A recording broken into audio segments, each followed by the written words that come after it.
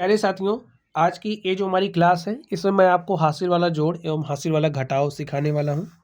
तो आप लोग ध्यान से देखिए, एकदम फनी वे में मैं आपको इसको समझाऊंगा। आप लोग ध्यान से देखिए, यहाँ पर आपके पास 7 है, 7 में आपको 4 जोड़ना है। तो 7 में 4 जोड़ दीजिए भाई। तो 7 में 4 जोड़ोगे तो 7 4 हो जाएगा 11। अब हो सकता है कि आपको जोड़ना ना आता हो, तो कैसे जोड़ोगे? यहाँ पर जो 7 लिखा है इसको रहने दो, नीचे वाला 4 है ना, 4 लाइनें खींच लो। खींच लिया। यहाँ 7 है, 7 में एक जोड़ा 8 हो गया, 8 में एक जोड़ा 9 हो गया, 9 में एक जोड़ा 10 हो गया, 10 में एक जोड़ा 11 हो गया। 11 को कैसे लिखा जाता है? एक दहाई, एक इकाई। तो ये आपका इकाई का अंक है, ठीक है। और यहाँ पर ये जो 1 है ये आपका दहाई का अंक है। इकाई के अंक को आप यहाँ लिखोगे और जो भी दहाई का अंक होगा वो आपका हासिल बन जाएगा, ठीक है। तो हासिल क्या बना? 1। तो इस 1 को आप यहाँ पर लिख दो। लिख दिया। चलिए, अब इस हासिल को 8 में जोड़ो, 9 हो गया।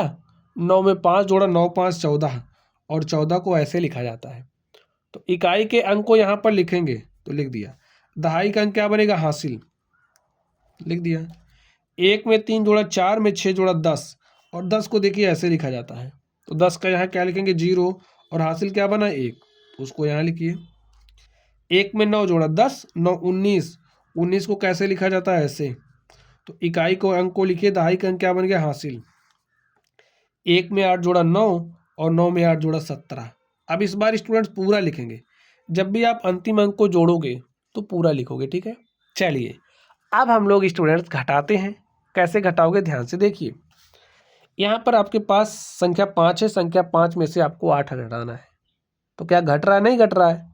देखिए, जैसे अगर मैं आपसे कहूँ आपके पास संख्या है 8, और 8 में से आपको 3 घटाना है, तो यहाँ पर कहोगे 8 में से 3 गया 5, ऐसे आप आराम से घटा लोगे। लेकिन अगर हम ऐसा बोल दें कि आपको 13 में से आपको 8 घटाना है, तो आप कैसे करोगे? इस 3 में से 8 घटाओगे, घट ही नहीं रहा, तो क्या करोगे? इससे एक उधार लोगे, यहाँ हो जाएगा 13, 13 में से 8 घटाया, क्या गया? 5। यहाँ पर बचा 0, ऐसे घटा लोगे। लेकिन अभी तो आपको हाथ वाला घटाना आता ही नहीं है, तो कैसे घटाओगे? तो भाई सीख लो ना, तभी तो घटा पाओगे। चलिए ध्यान से देखिए, 5 में से 8 नहीं घट रहा, तो ये भाई अपने पड़ोसी से उधार मांगेगा, जैसे आप लोग मांगते हो। आपका पड़ोसी हो सकता है कि अच्छा ना हो, तो आपको उधार नहीं देगा। लेकिन ये जो घटाव है ना, इसमें तो भाई पड़ोसी अच्छा ही होगा, आपको उधार देगा ही देगा। उसकी मजबूरी है, ठीक है, उसको देना ही पड़ेगा। नहीं है तो किसी से मांग कर देगा, लेकिन आपको देगा जरूर। तो समझो यहाँ पर, अब इसके पास 0 है, कुछ देने के लिए है ही नहीं, तो ये काम क्या करेगा? अपने इस ये यहाँ आएगा और इससे एक उधार मांगा, तो इसने एक उधार दे दिया। इसने एक दिया, तो यहाँ पर 1 और 0 मिलकर के 10 हो गया। अब इस 10 ने इसको एक उधार दे दिया, तो यहाँ पर 5 था, और इसने जैसे ही इसको उधार दिया 1, तो 1 और 5 मिलकर के 15 हो गया। 6 नहीं, यहाँ पर गब्बी आपको घटाना होगा, तो 6 नहीं बोलोगे, 1 और 5 मिलकर के 15 हो गया। यहीं पर होता है, ठीक है। चलिए, 15 में से आपने 8 घटाया, तो कितना हो जाएगा स्टूडेंट्स? 7। देखिए, यहाँ पर 10 था, 10 में से 1 तो उधार दे दिया है, तो बचा क्या है? 9, और 9 में से 9 घटाया, 0 आया। अब यहाँ पर 1 बचा है, दिख नहीं रहा तो देखने का प्रयास करो, क्योंकि इसने एक उधार दिया था, ठीक है। तो इसके पास क्या बचा? 1। अब देखो, 1 में से 7 नहीं घट रहा।